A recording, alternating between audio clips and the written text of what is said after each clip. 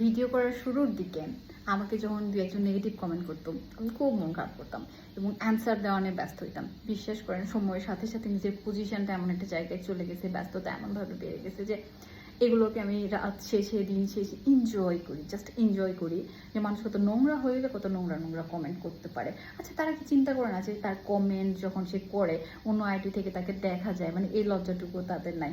তো যাই হোক, যারা নতুন করে ক্রিয়েট করতে চাচ্ছেন ভিডিওগুলো, কখনো কমেন্টের দিকে তাকাবেন না, কখনোই না।